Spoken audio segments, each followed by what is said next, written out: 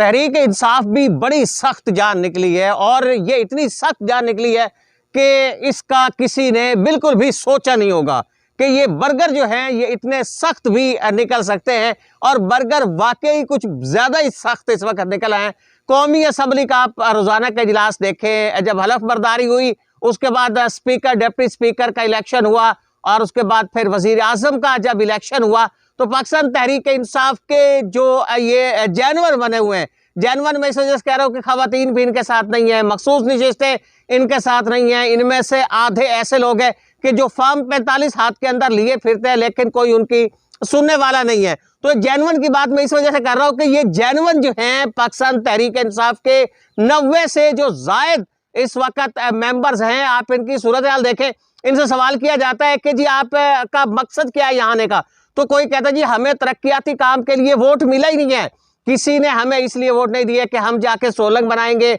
हम सड़कें बनाएंगे, हम हॉस्पिटल बनाएंगे। शेख वकास अकरम को देख लीजिए कि किस तरीके से वो इस बार सख्त अल्फाज यहाँ पे इस्तेमाल करें। जमशेद दस्ती पाकिस्तान तहरीक इंसाफ के जो दीगर हैं, उसके लतीफ़ खोसा साहब को देख लीजिए, शेर अफजल मरवत साहब को देख लीजिए, जो पाकिस्तान तहरीक इंसाफ के, आप इस बार उनका रवैया देख लें। ये तारीख की सबसे सख्त ऑपोजिशन है जो इस बार आई है, और उसके साथ पाकिस्तान तहरीक इंसाफ ने बड़ी तादाद के अंदर यहाँ पे वकला भी भेज दिए हैं जो जाके इस बार कानून साज जो असम्बली है, जो पार्लियामेंट है, वहां जाके लोगों को सिखा रहे, कानून भी सिखा रहे, और ऐसे कानून को रवानी से उस वक्त बयान कर रहे कि सारे इस वक्त हैरान रह जाते हैं, क्योंकि उससे पहले तो पार्लियामेंट के अंदर ऐसा हुआ ही कुछ नहीं है। उससे पहले तो पार्लियामेंट के जो मनाजिर थे वो भी बड़े मुख्तलिफ होते थे, चंद लोग होते थे बोलने के लिए, चंद लोग ही बोलते थे, और उसके अलावा अक्सर जो ऐवान है, ऐवान की जो अक्सरियत है वो बिल्कुल खामोश वहां पे बैठे रहते थे। लेकिन पहले इस बार हो रहा है एक से एक बढ़ के इस वक्त आ रहा है।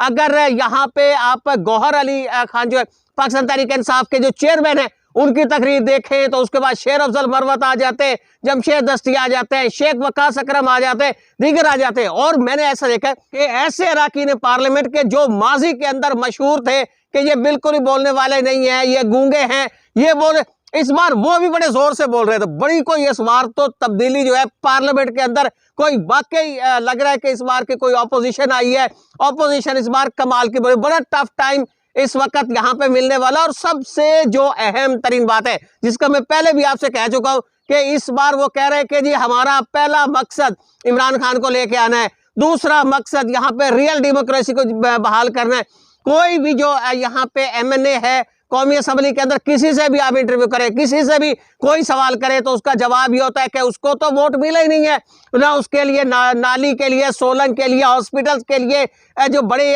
प्रोजेक्ट्स हैं, किसी के लिए वोट नहीं मिला। हमें वोट मिला इमरान खान की वजह से। और पहली बार ऐसा हो रहा है कि तमाम MNA ये कह रहे हैं कि जी मेरा वहाँ कोई किरदार नहीं है, वगरना उससे पहले वहाँ बड़े दावे किए जाते थे असम्बली के बाहर, कौमी असम्बली के बाहर जब सवालात किए जाते थे कि मैंने इस दौर के अंदर फलां किया था, मैंने ऐसे प्रोजेक्ट दिए थे, मैंने अवाम की ये खिदमत की थी जिसकी वजह से वोट मुझे मिले। लेकिन इस बार ऐसा हो ही नहीं रहा, इस बार कोई इस बार पे बात कर ही नहीं रहा। सब कह रहे कि जी हमें वोट मिला इमरान खान की वजह से, हम इमरान खान की वजह से पार्लियामेंट के आए, हम इमरान खान को प्रोटेक्ट करेंगे, हम पाकिस्तान तहरीक इंसाफ को करेंगे, रियल डेमोक्रेसी को करेंगे। तो हकीकत में इस बार जो चेहरा कौमी असम्बली का इस बार सामने आ रहा है, सूबाई असम्बलियों का इस वक्त सामने आ रहा है, पाकिस्तानी तारीख में ये सबसे मुनफरद है। और पाकिस्तानी तारीख में इस बार पता चलेगा कि डेमोक्रेसी क्या चीज होती है, जमहूरियत क्या चीज होती है, अगर हुकूमत होती है तो अपोजिशन की पावर क्या है। इस बार अपोजिशन भी अपनी भरपूर पावर इस वक्त दिखाने चली है।